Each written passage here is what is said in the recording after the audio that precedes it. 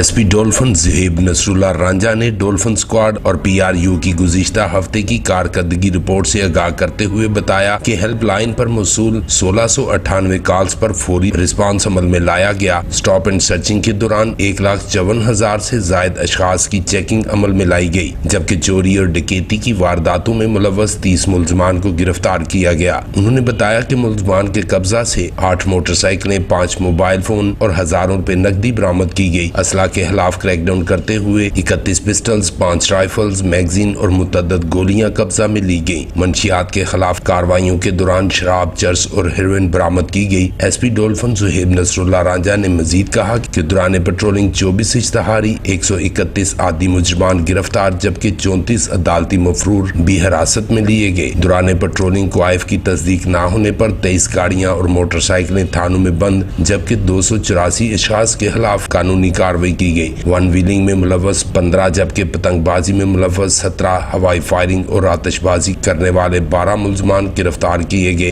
SP dolphin Zohaib Nasrallah Ranjha نے ٹیموں کو مؤثر پیٹرولنگ کرنے کی ہدایت کی اور کہا کہ پیٹرولنگ کے حوالہ سے تمام ٹیموں کی خود مانیٹرنگ کروں گا۔ راشد جٹ، BB1 نیوز، لاہور۔